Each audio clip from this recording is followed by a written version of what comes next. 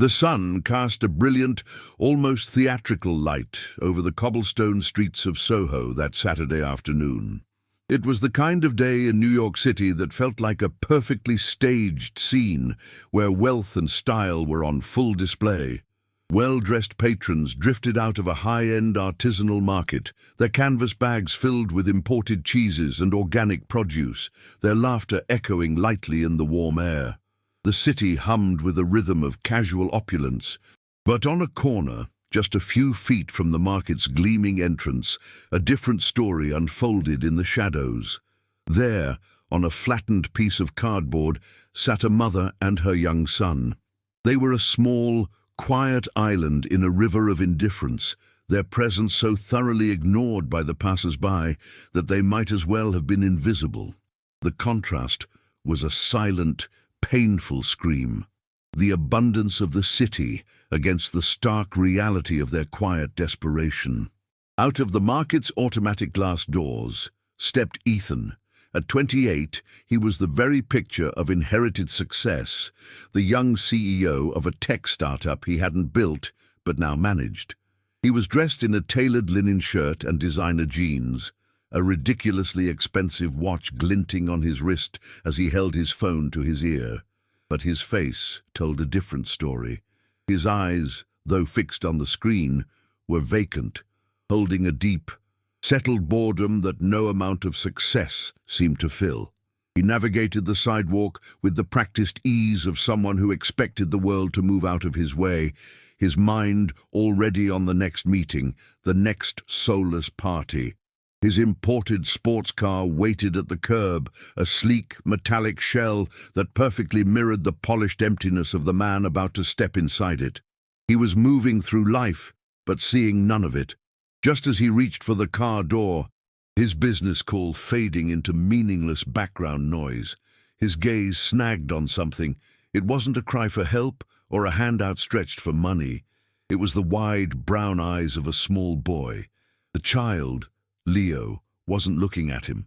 He was staring, with the pure and absolute focus only a 6-year-old can muster, at a pyramid of bright red apples stacked in the market's window. There was no self-pity in his look, no calculated plea. It was simply a moment of profound, innocent longing for something beautiful and out of reach. He clutched a small, broken toy car in his hand, his one treasure, as he drank in the sight of the perfect fruit.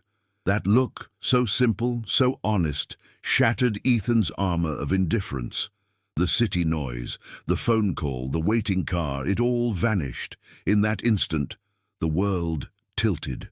Ethan's thumb moved instinctively, ending the call mid-sentence without an apology or a goodbye. The voice on the other end, likely discussing millions of dollars, was silenced by the silent wish of a hungry child. For the first time all day, maybe all week, he truly saw another person. He saw the weariness etched on the mother's face as she watched her son, her dignity a fragile shield against their reality. He saw the boy's frayed clothes and the innocence that poverty had not yet managed to steal. He took a step, not toward the gleaming door of his car, but toward the cardboard on the pavement. He knelt slightly, so his eyes were level with the boy's, and asked a question that would change everything. "Do you want an apple?" It's incredible how a single moment can redirect a life, and if these stories touch you, subscribing helps us continue to share them. The ride to his penthouse was a study in contrasts, a bubble of pressurized silence moving through the boisterous city. The scent of Italian leather filled the small space, a smell of money and sterile luxury that seemed to clash with the quiet dignity of his passengers. Sarah sat rigidly in the passenger seat, her hands clasped tightly in her lap, her eyes fixed on the blur of streetlights and storefronts, as if she were trying to memorize a world she was only visiting. Leo, buckled into the back, was a portrait of silent awe. His small face was pressed against the cool glass, his brown eyes wide as they traced the towering skyscrapers that scraped the evening sky. For Ethan, the familiar drive home felt entirely alien. The city he navigated with bored expertise every day suddenly looked different, seen through the eyes of a child who had been sleeping on its unforgiving pavement. Stepping into the penthouse was like entering another dimension. The vast, open-plan space with its floor-to-ceiling windows offered a godlike view of the city, a glittering carpet of lights stretching to the horizon. But tonight, the sterile, minimalist design felt less like a statement of success and more like a testament to emptiness. The polished concrete floors and stark white walls, usually a source of pride, now echoed with a profound loneliness. Sarah hesitated at the doorway, her worn sneakers looking out of place on the expensive rug, as if she feared tainting the pristine environment with her struggle. Leo, however, simply looked up, his mouth slightly agape, as if he had walked into a castle from a storybook. Ethan watched them, and for the first time, he saw his home not as a symbol of his status, but as a vast, empty vessel waiting to be filled. Food was the most immediate, practical thing he could offer. He bypassed his own state-of-the-art kitchen, a space more for show than for use, and ordered a small feast from a nearby restaurant. As they ate at his large, empty dining table, a piece of furniture that had never hosted anything more intimate than a business negotiation, the silence began to thaw. Leo, with a smear of tomato sauce on his cheek, devoured a slice of pizza with a look of pure, unadulterated bliss. It was in that moment of simple joy that Sarah finally began to speak. Her voice was low, almost a whisper, as she recounted the story of her husband's death in a construction accident and the cascade of misfortunes that followed, culminating in an eviction notice that had left them with nowhere to go. She spoke without a trace of self-pity, her words a simple, factual account of a life unraveled by circumstances beyond her control.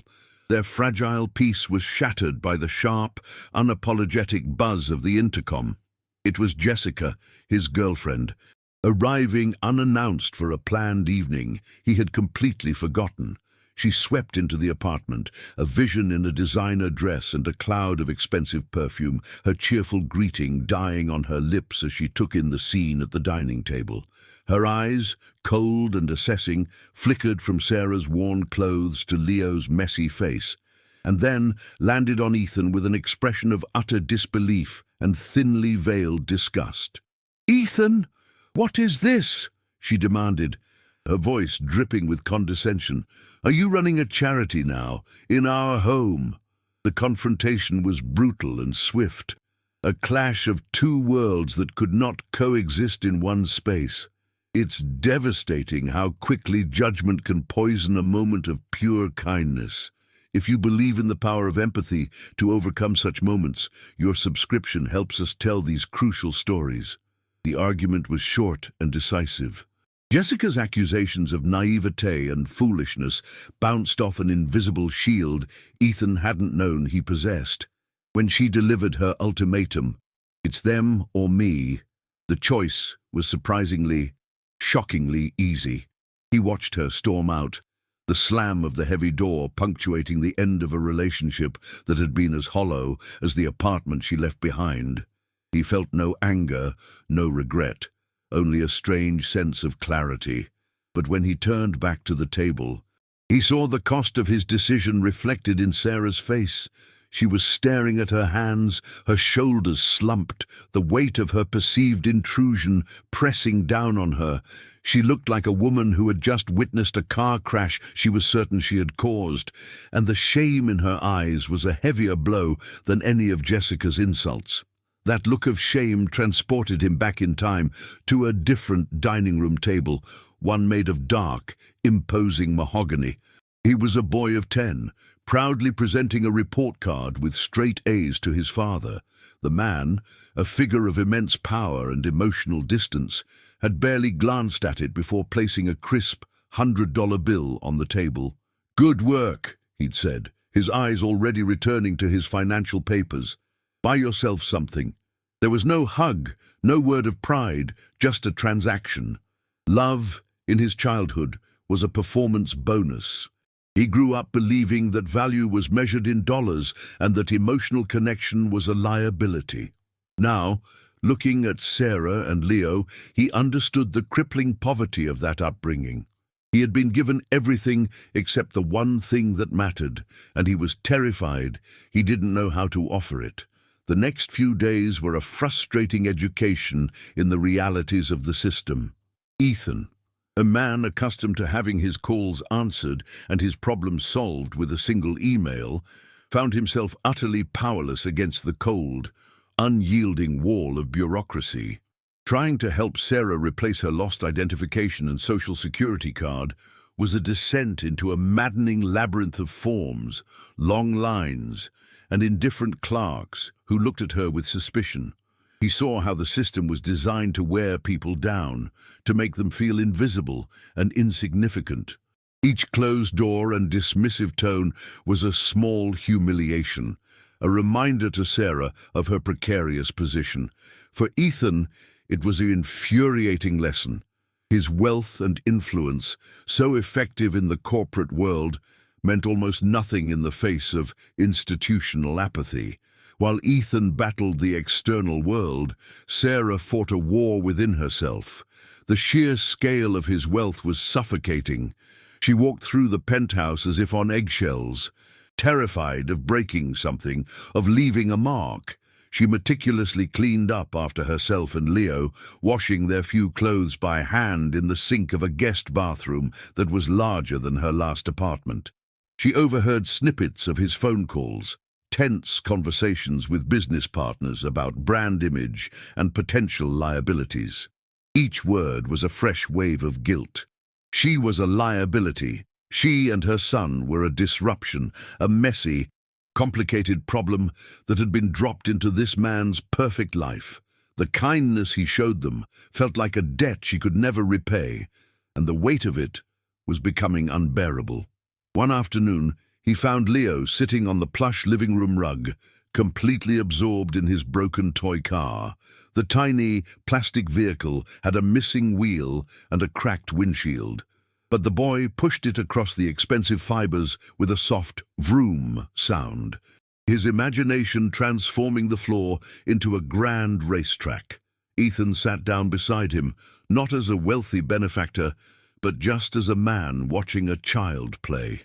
"He's a race car driver," Leo explained with the solemn gravity of a 6-year-old. "He's looking for a new home." Ethan listened, asking questions about the car's adventures, and for a few minutes, the weight of their respective worlds lifted. He wasn't a CEO and Leo wasn't a homeless child. They were just two people sharing a story.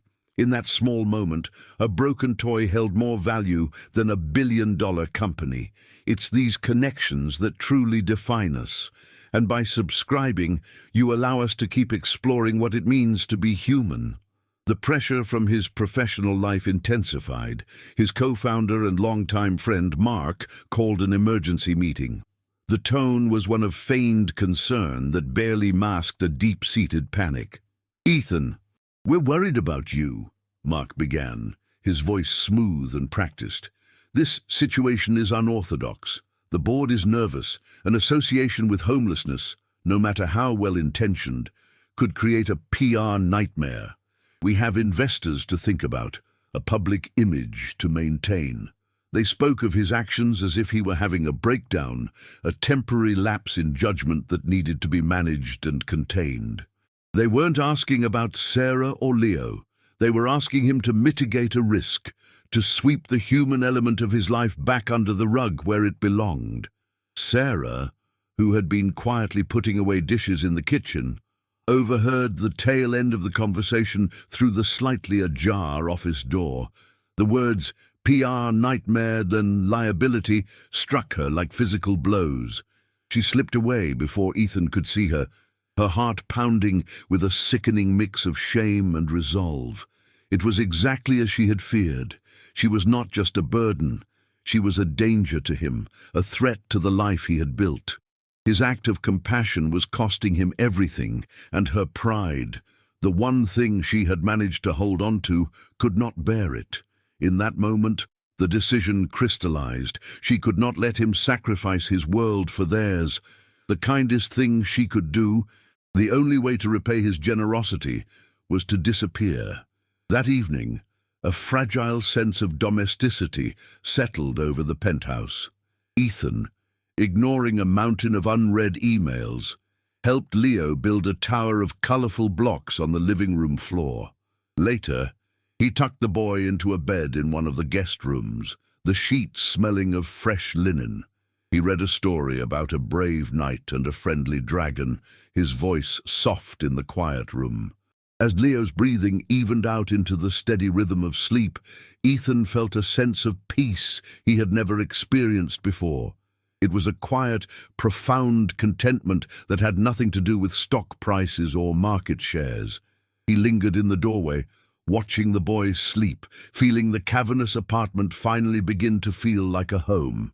He had no idea that in the other room, Sarah was carefully folding their worn clothes into a small bag, her face set with the grim determination of a soldier preparing for a painful retreat. He found the note on the cold marble of the kitchen island, placed precisely where she knew he would see it. The deafening silence of the penthouse was the first warning. It was no longer the sterile quiet of a space too large for one person. It was the hollow ache of absence. The colorful blocks were neatly stacked in their box. The guest room bed was made with military precision, and the faint scent of her simple soap was already fading from the air. Her handwriting was neat, the words simple and devastatingly polite. She thanked him for his kindness, a kindness she felt she had abused. She was sorry for the trouble she had caused, for the woman who had left, for the TPR nightmare she had become. Each word was a perfectly sharpened blade, carving out the profound peace he had felt just an hour earlier and leaving him with the familiar, crippling emptiness of his own life. Panic, cold and absolute, seized him. It was an emotion so foreign, so visceral, that it momentarily paralyzed him. Then a surge of adrenaline propelled him into motion. He didn't think, he just acted. He grabbed his keys, his mind racing through a frantic, desperate calculus. Where would a person with no money and no one to turn to go? Where do you go to disappear? The answer hit him with the force of a physical blow. A bus station, a place of anonymous departures and final goodbyes. He tore through the city streets, the gleaming towers and vibrant lights that once represented his kingdom, now feeling like the bars of a cage. The engine of his sports car whined, a stark contrast to the silent scream trapped in his chest. He was racing against a clock he couldn't see. Terrified that he was already too late to undo a mistake he hadn't even realized he was making. The Port Authority bus terminal was a chaotic symphony of human desperation. The air was thick with the smell of diesel fumes and fried food, and the echoing announcements of departures were a constant, grim reminder of people leaving. It was a sea of anonymous faces, each one a story of arrival or escape. For a heart-stopping moment, he thought he had lost them in the throng. Then he saw them standing near a gate for a bus headed to a place he'd never heard of. Sarah stood with a rigid posture, her back to him, holding Leo's small hand. The boy was leaning against her leg, his face buried in her coat, the broken toy car clutched tightly in his fist. They looked so small, so fragile, about to be swallowed by the vast, indifferent machine of the city. He pushed through the crowd, his voice raw as he called out her name. "Sarah!" She flinched as if struck, turning slowly, her face a mask of shock and profound, heartbreaking guilt. Her eyes were filled with unshed tears, and she instinctively pulled Leo closer, as if to shield him from the man whose life she believed she had ruined. Ethan stopped a few feet away, breathing heavily, the words tumbling out of him in a torrent of raw, unfiltered honesty. "Please, don't go," he began, his voice cracking. He gestured vaguely back in the direction of his apartment. "I came home and the silence. It was the same silence I've lived in my whole life, but tonight it was unbearable. I thought I was helping you, that I was saving you from the street, But the truth is, you saved me. You and Leo, you saved me from that empty life. My apartment only became a home when you arrived." He took another step forward. His own vulnerability laid bare under the harsh fluorescent lights of the terminal. He knelt, bringing his eyes level with Leo's, his gaze shifting between the boy and his mother. "I'm not offering you charity, Sarah. I'm asking you for something. I'm asking you to stay. Let me be a part of your lives, not as a benefactor, not as some rich guy fixing a problem, but as someone who needs you." He looked at the family he had almost lost. "A family forged in the most unlikely of circumstances. You showed me what a home feels like. Please, come home." A single tear finally escaped and traced a path down Sarah's cheek. She looked from Ethan's pleading face to her son, and in the chaotic noise of the terminal, a quiet, fragile understanding was born.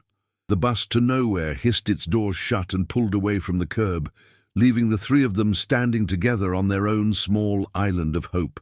The journey back to the penthouse was nothing like the first. The silence was not one of tension or awe, but of a quiet, shared understanding. When they stepped through the door, the vast, empty space seemed to exhale, as if it had been holding its breath waiting for them. This time, Sarah didn't hesitate on the rug. She walked in and placed her small bag on the floor. A simple act of claiming a space that was now being offered as a home, not a temporary shelter. Leo, sensing the monumental shift, ran to the pile of blocks and began building a new, more ambitious tower, his happy chatter echoing off the glass walls. Ethan watched them, a profound sense of rightness settling in his chest. The sterile monument to his success was finally being filled with the messy, beautiful, unpredictable sounds of life, and he had never felt richer. In the weeks that followed, Ethan's actions spoke louder than his words. He dismantled the barriers of bureaucracy that had once seemed so insurmountable, not with money, but with focused persistence. He helped Sarah secure a new position within his company's administrative department, a role that recognized her intelligence and organizational skills, restoring a sense of professional dignity that had been stolen from her. It was a partnership, not a handout. Together, they began the quiet, meticulous legal process for him to adopt Leo, a commitment that solidified their unspoken promise to one another. Their evenings were no longer filled with the ghosts of past lives, but with homework at the big dining table, shared meals, and the simple, grounding routine of building a family from scratch, piece by fragile piece. This internal revolution soon spilled over into his professional world. Ethan called a meeting with his board, but instead of defending his personal life, he presented a new vision for the company. He spoke with a passion and clarity that startled them, outlining a plan to launch a corporate foundation dedicated to financing transitional housing for unhoused families. He used his own story not as a confession, but as a case study in the failure of a system that allows people like Sarah and Leo to fall through the cracks. His purpose was no longer just about market disruption and profit margins. It was about investing that success back into the community. He was transforming his company from a symbol of detached wealth into an engine for genuine, sustainable change. Months later, the penthouse was almost unrecognizable. Toys were a permanent feature of the landscape. A half-finished puzzle sat on the coffee table, and the air was often filled with the warm scent of Sarah's cooking. One evening, Ethan sat on the floor, helping Leo with a drawing of their family, 3 smiling figures standing in front of a skyscraper. It was a simple, crayon-drawn picture, but it held more value for him than any stock certificate. He had learned that a home wasn't made of concrete and glass, but of presence, of laughter, and of the quiet promise to show up for one another. It's a profound truth that a single moment of seeing another person's humanity can redefine an entire world. Thank you for believing in these stories. Your subscription ensures we can continue to share journeys of hope like this one.